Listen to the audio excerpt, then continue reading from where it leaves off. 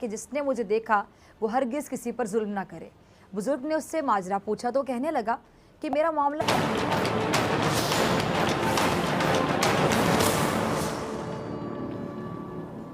السلام علیکم ناظرین، میں ہوں ڈاکٹر فضا اکبر خان اور میں ہوں پاکستان، اور آپ دیکھ رہے ہیں پاکستان کے سب سے بڑے نیوز چینل کا نمبر 1 پروگرام ایسے نہیں چلے گا۔ کسی بزرگ نے ایک شخص کو دیکھا جس کا بازو کندھے سے کٹا ہوا تھا اور وہ آواز لگا رہا تھا کہ جس نے مجھے دیکھا وہ ہرگز کسی پر ظلم نہ کرے۔ بزرگ نے اس سے ماجرا پوچھا تو کہنے لگا کہ میرا معاملہ بڑا عجیب و غریب ہے۔ میں کچھ برے لوگوں کا ساتھی تھا۔ ایک دن میں نے ایک مچھیرے سے مچھلی چھینی اور گھر کی طرف چل دیا۔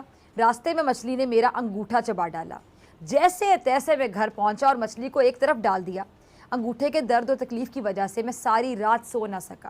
صبح ہوئی، میں طبیب کے پاس گیا اور اسے اپنا جو زخمی ہاتھ تھا وہ دکھایا۔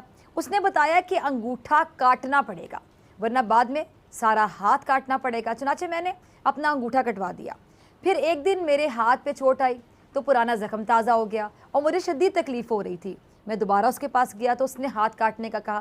میں نے ہاتھ بھی کٹوا دیا مگر درد سارے بازو میں پھیل گیا۔ پھر سخت تکلیف میں تھا کہ مجھے چین ہی نہیں آتا تھا، تو پھر پہلے کوہنی تک پھر کندھے تک پورا بازو کٹوانا پڑا۔ اب کچھ لوگوں نے مجھ سے تکلیف شروع ہونے کا سبب پوچھا کہ وجہ کیا تھی، تکلیف ایسے پھیلتی کیسے چلی گئی، تو میں نے انہیں مچھلی والا واقعہ سنایا۔ وہ کہنے لگے کہ اگر تم پہلے مرحلے میں مچھلی والے کے پاس جا کر اس سے معافی مانگ لیتے اور اس کو راضی کر لیتے تو شاید تمہیں یہ عذاب کٹوانے نہ پڑتے۔ اب بھی وقت ہے، اس شخص کے پاس جاؤ اور اس کو راضی کرو، اس سے پہلے کہ یہ تکلیف پورے جسم میں پھیل جائے۔ وہ گھبرا گیا، ڈر گیا اور بڑی مشکل سے اس نے بتایا کہ میں نے مچھیرے کو ڈھونڈ نکالا اور معافی مانگنے کے لیے اس کے پاؤں میں گر گیا۔ اچھا، مچھیرے نے پریشان ہو کر پوچھا کہ تم کون ہو؟ میں نے کہا کہ میں وہی شخص ہوں جو تم سے مچھلی چھین کر لے گیا تھا۔ پھر میں نے اسے پوری تفصیل بتا کر اپنا کٹا ہوا بازو دکھایا تو وہ بھی رو دیا اور کہنے لگا کہ میرے بھائی، میں نے تمہیں معاف کیا۔ میں نے اسے گواہ بنا کر آئندہ کے لیے کسی پر بھی ظلم کرنے سے توبہ کر لی۔ اب دیکھیں ناظرین، اس کہانی سے آپ کیا سیکھتے ہیں، کیا نتیجہ نکلتا ہے کہ کسی پہ ظلم کرنے سے آخرت میں عذاب کے ساتھ بعض اوقات دنیا میں بھی ظالم کو دردناک سزا کا سامنا کرنا پڑتا ہے۔ دہشت گردوں، لٹیروں، قتل و غارت گری کا بازار کرنے والوں کو بیان کردہ حکایت سے عبرت حاصل کرنی چاہیے، اس سے پہلے کہ بہت دیر ہو جائے۔ انہیں اپنے انجام سے ہرگز بے خبر نہیں رہنا چاہیے کہ جب دنیا میں بھی قہر کی بجلی گرتی ہے تو ظالم لوگ ذلت کی موت مارے جاتے ہیں اور ان سے ہمدردی رکھنے والا، ان کی موت پر آنسو بہانے والا کوئی بھی نہیں ہوتا۔ یہ تو دنیا کی ذلت ہے، اور آخرت کا عذاب اور روز محشر کی رسوائی اور حساب و کتاب کا اندازہ کون لگا سکتا ہے؟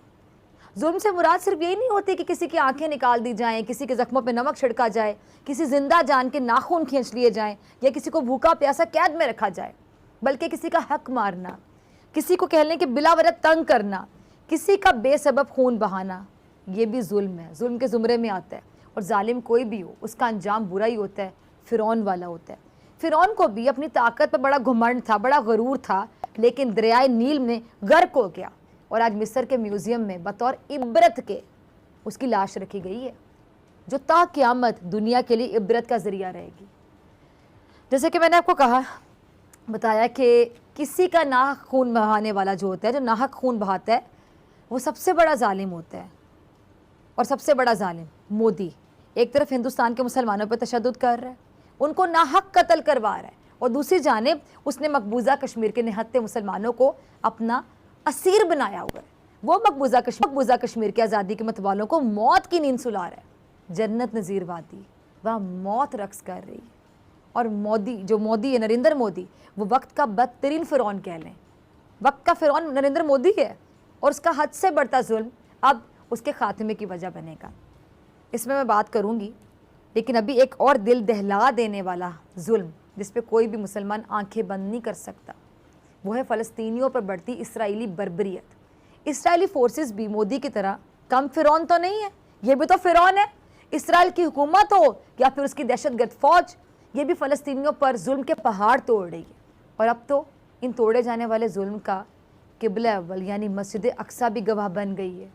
اسرائیلی پولیس نے فلسطینی نوجوانوں پر ربڑ کی گولیاں چلائیں، اور شام کے وقت افطار کے بعد مسجد اقصی میں اسرائیلی فوج کی شیطانیت کی وجہ سے افراتفری پھیل گئی، جس کے بعد اسرائیلی فوج بپھر گئی اور اس نے مسجد اقصی میں